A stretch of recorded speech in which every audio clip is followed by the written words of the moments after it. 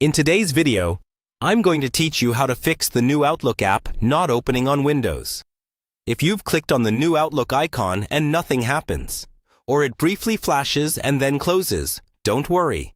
In this guide, I'll walk you through a clear set of troubleshooting steps to get the app working again. Follow along on your own computer and pause the video at any time if you need a moment to catch up. First, start with the simplest check. Restart your computer. It sounds basic, but a full restart clears temporary glitches and background processes that might be blocking Outlook from opening. Once Windows has restarted, try opening the new Outlook app again. If it still doesn't load, continue with the next steps. Next, make sure Windows itself is up to date. Outdated system files can cause modern apps like New Outlook to misbehave. Open the Start menu. Go to Settings.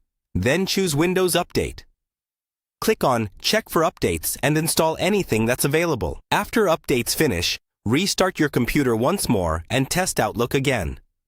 If the app is still not opening, check for updates to the Outlook app through the Microsoft Store. Open the Microsoft Store from the Start menu, go to Library, and choose Get Updates.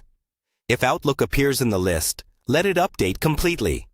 Once the update is done, try launching Outlook. Now, let's repair the app from within Windows. Open Settings again, then go to Apps, and then Installed Apps or Apps and Features, depending on your version of Windows. Scroll down until you find Outlook. Then click on it and choose Advanced Options. Here, select Repair. This process keeps your data but fixes corrupted app files. After the repair completes, attempt to open Outlook. If it still fails, go back to the same menu and this time choose Reset. Be aware that Reset may clear local app data, but it often resolves stubborn issues. If none of that works, you may need to reinstall the app. Open the Start menu, right-click the Outlook icon if it's pinned, and choose Uninstall. You can also uninstall from the app.